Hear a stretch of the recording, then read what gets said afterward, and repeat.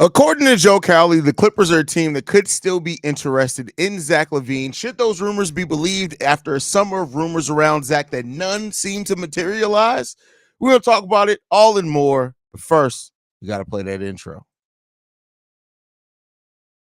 Tuned in to Chicago Bulls Central, your number one place for all Chicago Bulls news and content. I see red, I see red, I see red, I see red, yeah, I see red, I see red, I see red, I see. What's going on, Bulls fans? Welcome to another episode of Chicago Bulls Central, your number one spot for everything Chicago Bulls related. I'm the host there, Haize, but more importantly, you guys can follow the channel at Bulls Central Pod on every social media platform we happen to be on. With that being said, let's go ahead and get into the content for today. And I'm only live today. I was going to do this video regardless. I was going to do it as a pre-recorded video and post it later tonight. But the reason why I decided to go live is the channel passed 19,500 subscribers, which now means that we are less than 500 subscribers away from our long-term goal of 20,000 subscribers. So with that said, since you guys have been really supporting me and fucking with me over the off season, I said, let's go ahead and go live on this so we can interact a little bit on it. But I'm going to deliver the content the same way that I had planned to initially. And so with that said, Joe Cowley initially picked up on this tweet. NBA people still feel it like if there's a place Zach LaVine could end up going either before the season or at the deadline, don't rule out the Clippers. This is then naturally taking a lot of the aggregators to kind of go and pull out this trade and then present it as the Clippers are a dark horse. The Clippers are this, the Clippers are that. This was one man in Joe Cowley who I admittedly already don't always really fuck with most of his reporting, to just put it quite frankly. But it is a speculative piece. Now, am I doubting that Joe Cowley has heard from some people that maybe the Clippers are interested in Zach LaVine? No, the Clippers are one of the teams that do make some sense for them to kind of pivot towards Zach LaVine. For one reason, we know that they have built a new stadium, right? They want to pack that stadium. They want the team to be good, as well as losing Paul George this offseason. So could they look to make a pivot to bring in a player like Zach LaVine that can pair with Kawhi Leonard and James Harden and what they're trying to do there? I have some doubt around the fit of James Harden and Zach LaVine being on the same team. That just seems like one of those paradoxical situations that if that were to ever happen with James Harden and Zach LaVine on the same team, I think that may be one of the signs of the apocalypse. Personally, I could be wrong on that, but something about that just streams a little like it may end in a red wedding type situation for the American people. I'm a little concerned about it, that place. But outside of that, I can understand why the Clippers could potentially look to be interested in Zach LaVine. Now, in no way am I expecting that if this happens, it's something to happen before the season.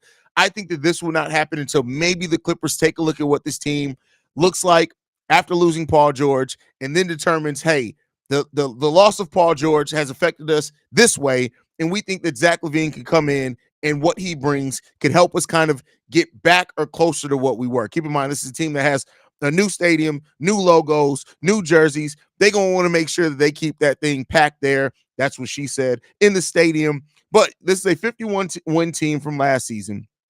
And it comes down to, I think, a couple of things here is how good does Terrence Mann, Norman Powell, and Kevin Porter Jr. turn out for that team, right? If Kevin Porter Jr.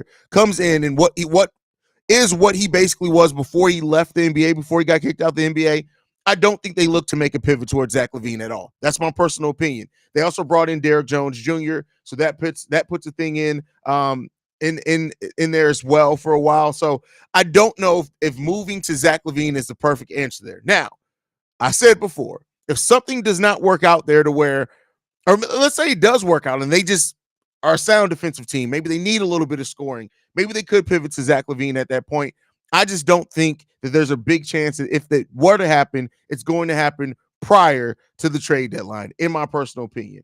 So maybe I'm wrong on that. We'll see. I don't necessarily have that feeling that it's going to happen, but we'll see what happens there. But how would this deal potentially get done? Well, for once, Bleacher Report actually has a pretty fair deal in this that makes some sense to me that we're going to talk about here. The deal is, and I guess I could bring this up on the screen. This isn't something that I do a whole lot because I'm such a solo creative, but let's go ahead and bring this up on the screen. We might as well do it that way. I think that's a really good way. Let's mix it. Can we do it this way? Why is that still small? How do we make? See, this is why I don't do shit like this. We'll just do it like that. We'll leave it right there. I don't have to be on the screen. You don't have to see my beautiful face.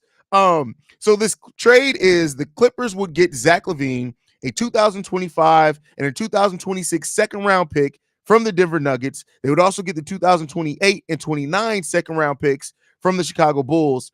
They would also reroute Russell Westbrook to the Denver Nuggets, who it's been reported that the Nuggets have some interest in Russell Westbrook. Amir Coffey, and then the Chicago Bulls will get Norman Powell, PJ Tucker, Bones Highland, and Zeke Naji. Now, the problem with this trade is that the Bulls have no open roster spots.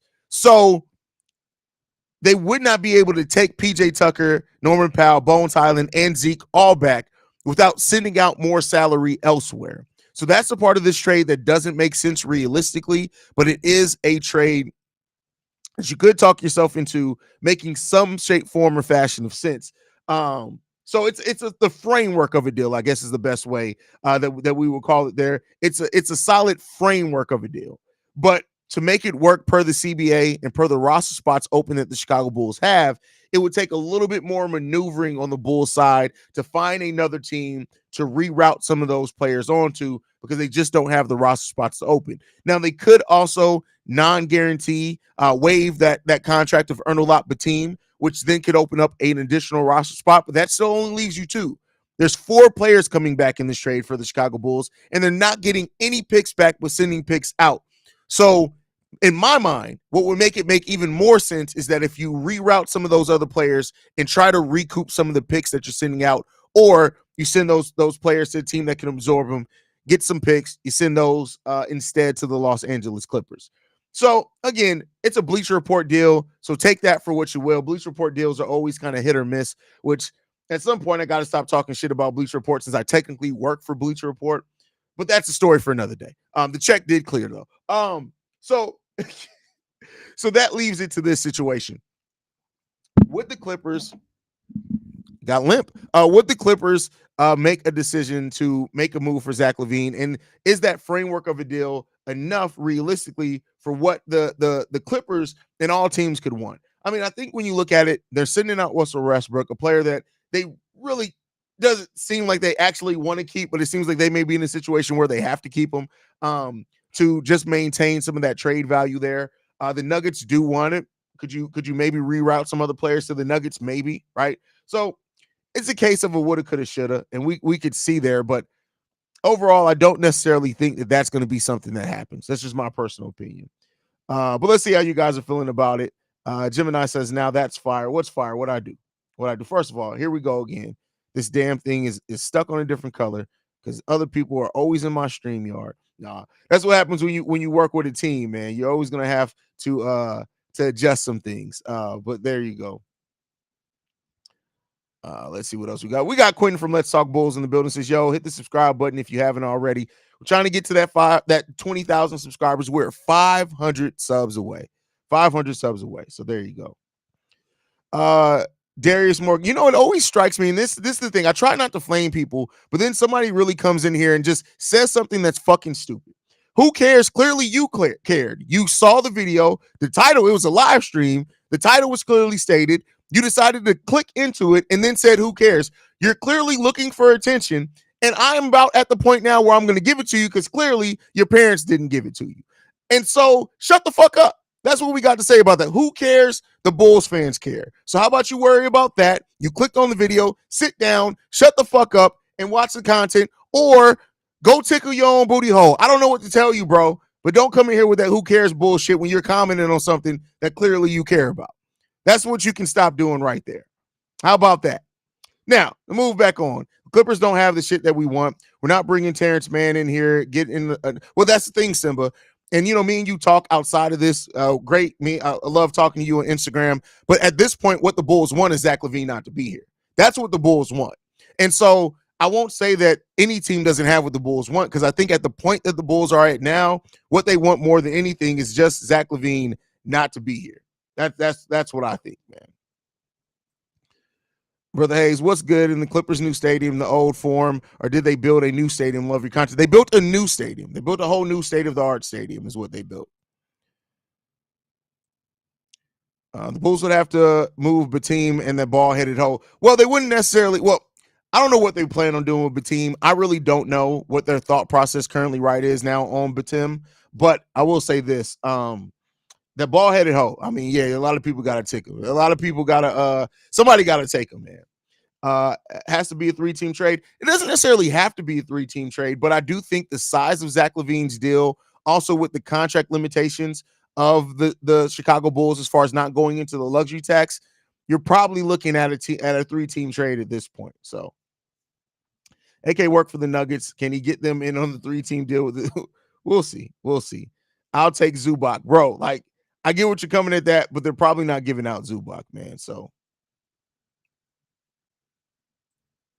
we'll see. We'll see what happens there, man. We'll definitely see what happens. But like I said, it's something that I can absolutely see the Clippers getting involved. It's not a clear sight line for how the deal works. Now they can match the contracts easily, but they can't match the contracts with also the roster spot limitations that the Bulls have. So that basically what's put you in a situation where it would have to be a 3-team trade.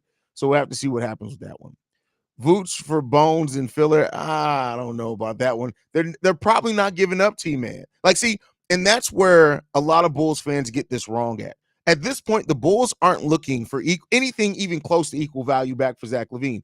They may not even be looking for a player that can even come in and contribute. The Bulls are probably at this point looking for expiring salary or deals that are easily movable and rerouted to other teams. That's probably what the Bulls are looking for at this point in time.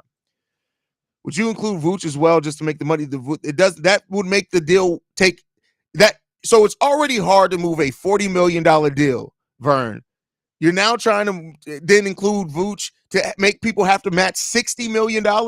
Vern, you didn't think about that one before you typed it, my brother. You didn't think about that one too tough there, bro. What's the deal with LaVine to the Lakers? Nobody knows what the hell the Lakers are doing, bro. Nobody knows what they're doing. Nobody knows what they're doing.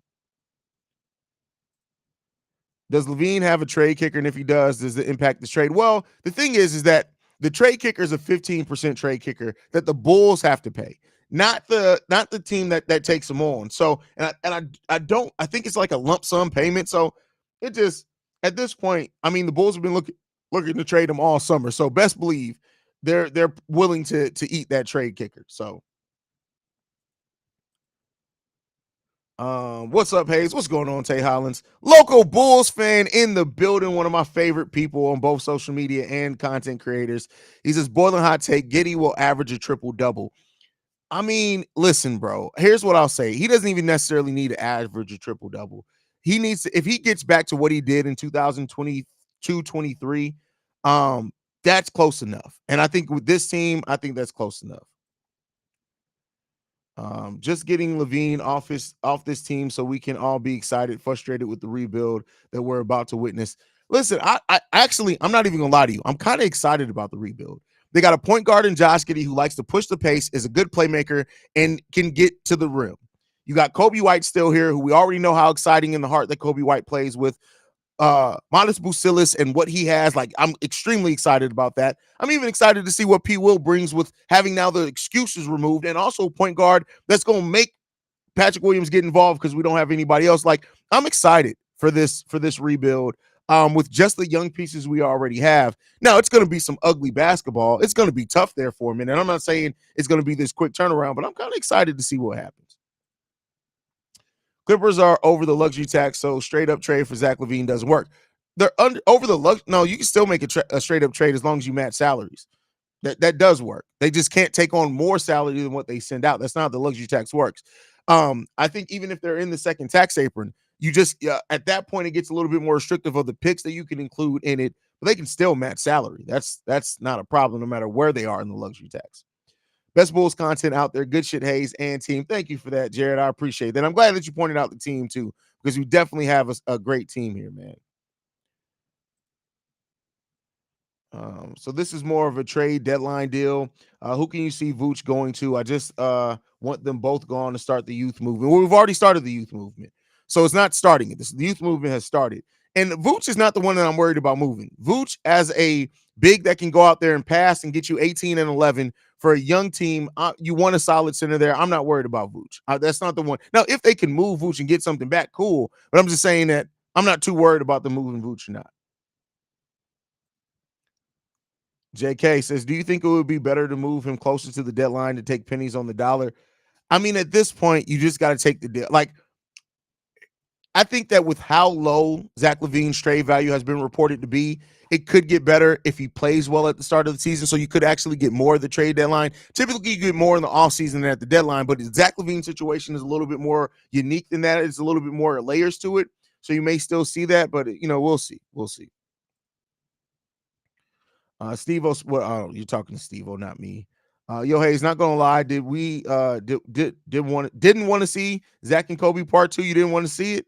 I mean, it is what it is there. Norman Powell, Bones Island, PJ Tucker to cut in a few seconds would probably be the package if I had to guess. It makes sense for the Clippers who need some star power with point guard, with PG walking. I see where you're coming from with that. See where you're coming from.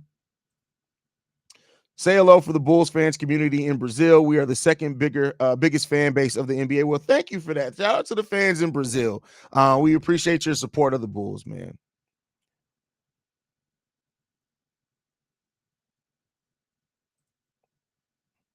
I'm not even from Chicago or know anything about the city, but I became a fan of your shows because of the consistency of your content. I guess is what you mean there. Keep that shit up, bro.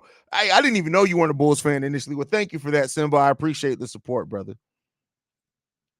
Literally became a Bulls fan because I have a channel to consistently watch and talk about the team with other people. Appreciate that, man.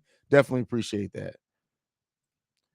I like to watch you and Baguette Pat. You guys are funny, but you can hold your own. Much love, brother. That's hilarious.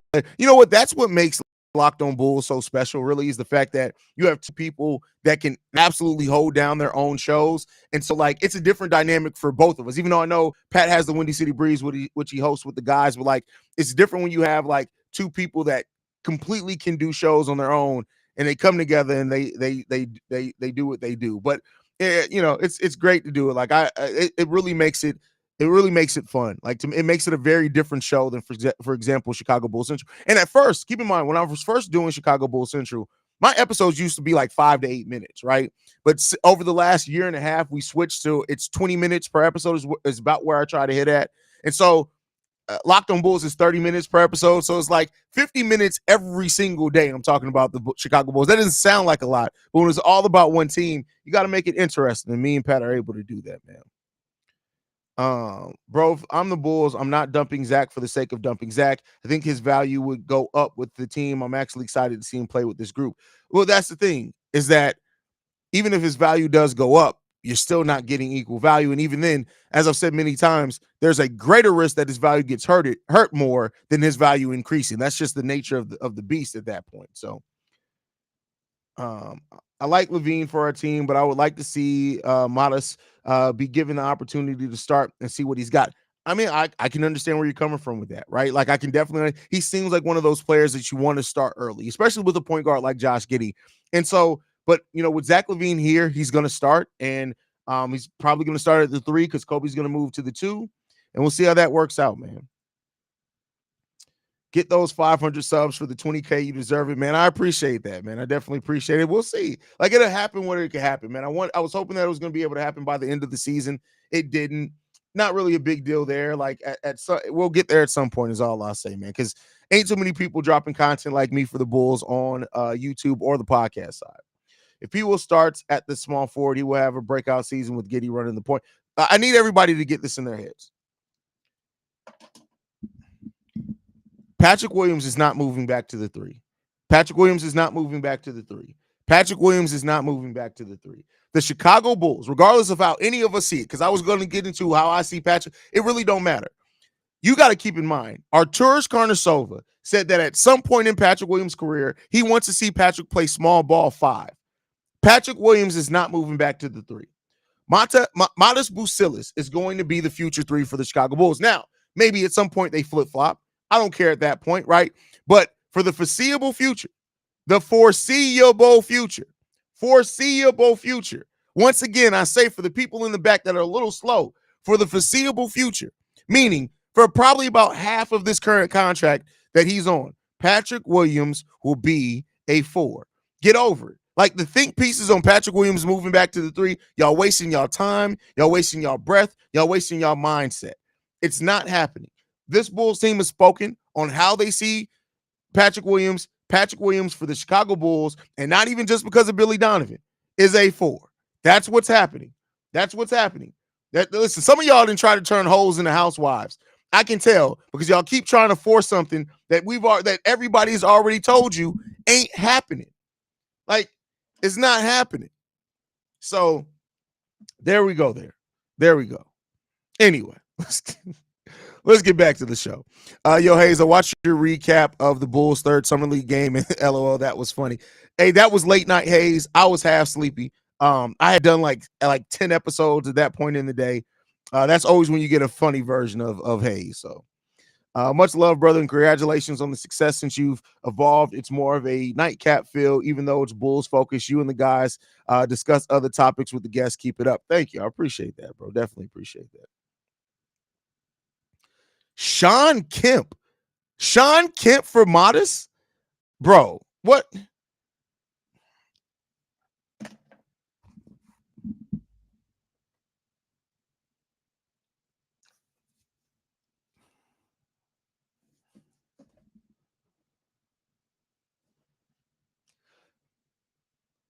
Nigga, what?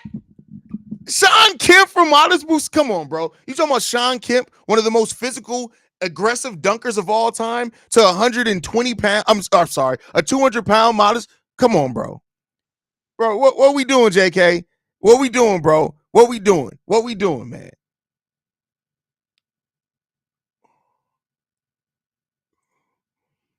We still gotta win a lot of games. No, I bro, come on. I'm not gonna do it. I'm not gonna do it. I'm not petty Roosevelt almost. Robert, 41 games. 41 games, bro. 41 games. What? 41? 41? It's midday. It's 5:45 Chicago time. Why are y'all doing cocaine this early in the day? Have some there used to be a time where people would wait till late at night to do hard drugs. There would be a time like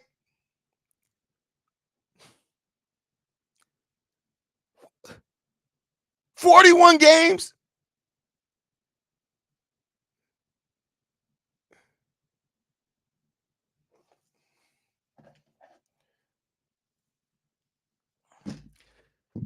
Listen, stop doing fit. Lay off the fentanyl, what are we doing, man? I came on here to have fun with my people, to have a live stream, and y'all trying to kill me. Y'all legitimately trying to kill me, man. What are we doing? What are we doing? Yeah, but Cap of the Great, I think that you got to compare this narrative. Now, here's what I think. I'll say this. What you're laying out there is facts. And I read that same article. But the thing is this, too, is that you also have to realize then that Zach LaVine isn't the player that he's not a player that's going to push your team solo. He can fit in good. But I think that stat also tells me that Zach LaVine isn't a star. He's a really damn good player because star players can get you a team that can at least get into the playoffs if he was truly a star to superstar level player. So I get what you were saying because you're absolutely right. When I saw that stat as well, it blew my mind. But I think when you also have to look at it and say that just means that Zach LaVine isn't a star. He's a damn good player that can score you a lot of points and that could be damn good at that. He can be top 10 in the league in scoring, but how many games are you going to win getting that? That's the thing.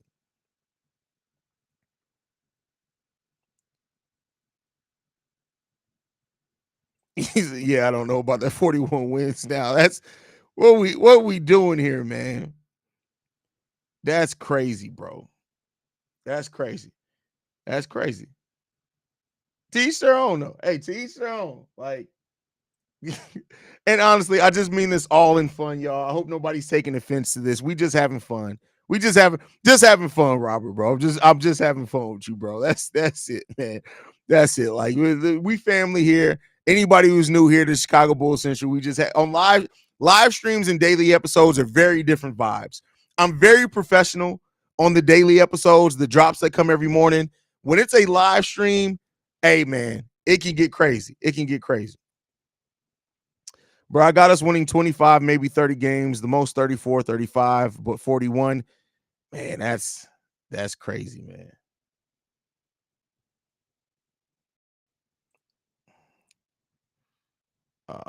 Ben Simmons do not need to come. Ben Simmons, no, keep listen. That frustrates me even more, man. That's crazy.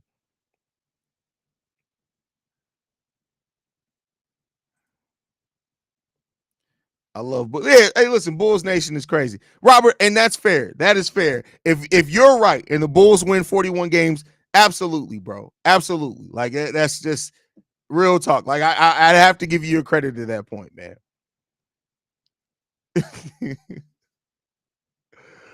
All right, man. I'm gonna go ahead and get ready to wrap this up, man. I just wanted to come on here and hang out with you guys for a minute, man. I love you guys. Thank you guys for all you do, for supporting the channel through this off season, man. You guys are amazing. I can't deny or just ignore just how much you guys have been important to this channel, and the support that you guys have given me for sure as well, man. Yeah, it's all great. It's all great, man. But I love you guys. Make sure you guys are following the show at Bull Central Pod.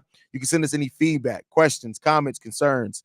bullcentralpod@gmail.com. Lastly, if you guys want to leave a text message and or voicemail for the mailbag, the number to do so, 773-270-2799. We are the number one spot for everything Chicago Bulls related. That's thanks to you guys. And like I like to end every episode on, go Bulls. Love you guys. See red if you can, y'all.